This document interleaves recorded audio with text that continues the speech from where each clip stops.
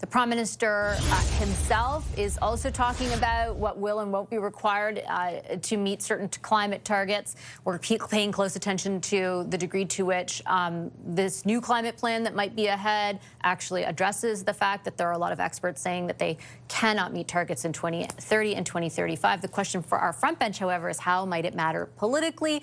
Let's bring in the front bench to answer the question. Louis Hammond was a senior advisor to Industry Minister François-Philippe Champagne. Larissa Waller is the founder of Henley Strategies and former head of communications for Ontario's Conservative Premier Doug Ford. Kathleen Monk is former director of communications to the late Jack Layton. She's now the principal owner of Monk & Associates. And Laura Stone rounds us out tonight. She's a Queen's Park reporter for the Globe and Mail. Hi, everybody. Good to see you. Kathleen, I'll start with you. Yeah. The minister was pushing back on sort of the framing of some of the questions. I think it was David Thurton over at CBC asking that. But his, he makes a point. These methane regulations have been available to announce for about 9 months. And then we listed off the other climate policies that they've rolled back on. A lot of pressure on them now that Stevie Guilbeault quit and says it's impossible to meet the targets about whether they actually will. Politically, how important is this? I think it's really important. They're trying to hold on to their climate credibility after discarding all of the Trudeau climate policy. One by one has been happening since Carney's been in office. And I think there's a problem because that policy zigzagging that Carney has been doing, rolling back a lot of the Trudeau policies and not really setting out until now something forward-looking on climate has left a lot of confusion for investors. Also, voters are confused. Are they even going to meet their targets? What are the targets, or have they given up on climate altogether? So clearly it is politics now, not climate science, that is kind of dominating things.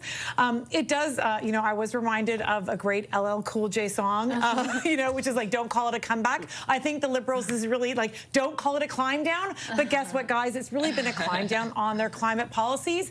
And I think that really the Liberals have to be careful because it does sow confusion. It does concern those voters who are concerned about the climate and are on more the progressive side, that they're not going to get the job done. Because remember, methane gas, our second highest greenhouse gas in Canada, it does cause a lot of pollution, health impacts, and frankly, impacts on Canadians' wallets when those climate disasters like a forest fire or a flood happen, and that impacts Canadians. I think from like a crass political perspective, if I look at public opinion polls right now, and it's been this way for a number of months, Louis, there's, they always look at an issue set and they rank the issue sets, and certainly where climate was, even at the 2019 election, is not where it is right now, given a whole host of other concerns. But to Kathleen's point, there's a large constituency of people who supported the Liberal Party, who perhaps even moved away from the New Democrats or other Greens to do so, who maybe anticipated a different posture from the Prime Minister on this. Yeah, there's no question, Vashi, in my mind, that what I call the Liberal climate change warriors are probably pretty disappointed with Mark Carney. I mean, many of them are probably even feeling buyer's remorse having voted for him. But let's be clear about something. The world has fundamentally changed over the last 6-12 months, especially since Donald Trump has been back in the White House. And the era of having climate change policy just for the sake of having them, in other words, putting in the window a bunch of feel-good, unrealistic climate targets, that's just not going to cut it anymore. You need climate change policies today that actually have an economic incentives, that can actually move the needle on your economic growth. And that's precisely what Mark Carney is trying to do. Now, he is essentially reframing the way that we're talking about this in Canada. You may not agree with him, but that's what he's trying to do. And don't get me wrong here. I mean, Mark Carney is a banker. He doesn't like regulation, never has, never probably will. But I think that his core message on this is starting to seep through. And you mentioned the public opinion polls.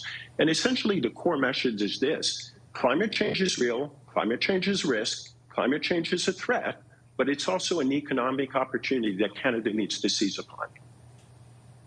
I think that the ability for the government to deliver or win sort of political favor through that message, though, will depend on what they actually do, Larissa. And I say that because right now, most of the announcements have been around what they're not going to do anymore. And they keep referring to an overall strategy in the budget, which was like 1 page, maybe 1.5 pages double-sided.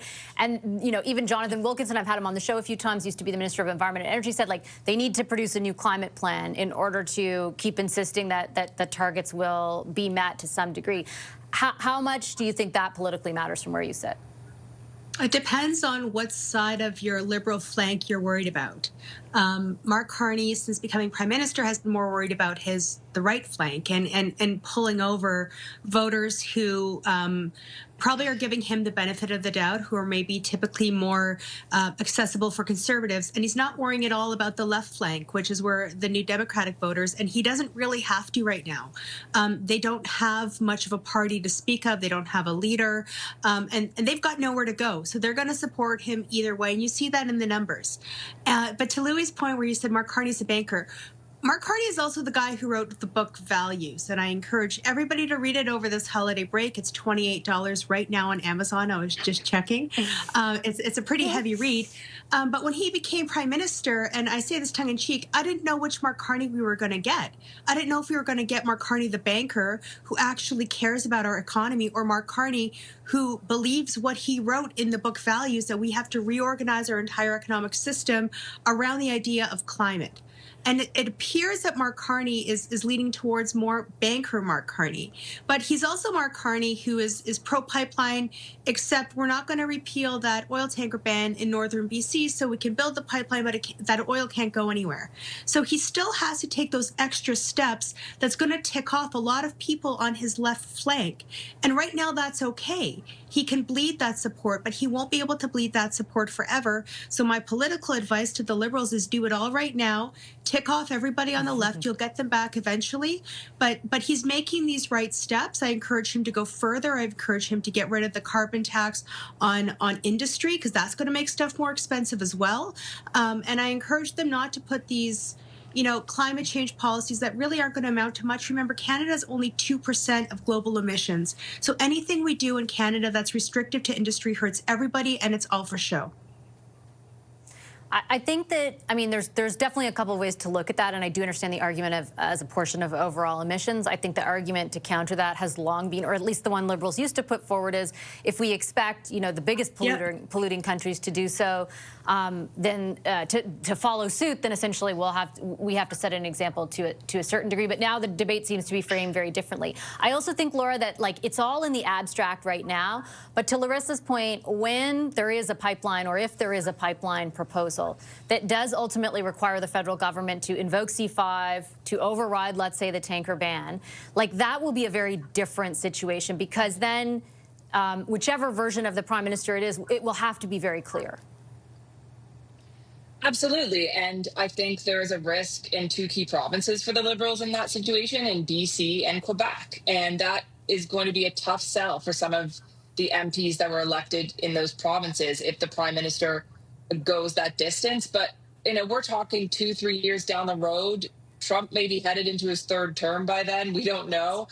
It's difficult to know what the election will be fought on, what will be achieved, and it's possible that the criticism will be that the federal government has not moved quickly enough, that we are nowhere near building a pipeline, that we can't get our resources to market. It could completely swing to the other way.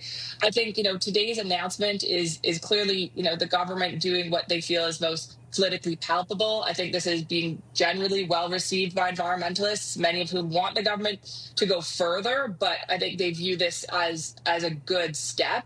And it's not flashy, right? We're talking about landfills. We're talking about, methane reductions. This is not kind of the flashy Trudeau-era environmental policies that were defining this government. This is kind of happening close to the holiday season by a minister, not the prime minister himself. I think they want to send a message to those progressive types, but they're trying not to send it far and wide to every Canadian. So this is clearly intended to win back some of that support from the environmental side, but I don't think it's going to have a wide-ranging impact in the broader public for the federal government.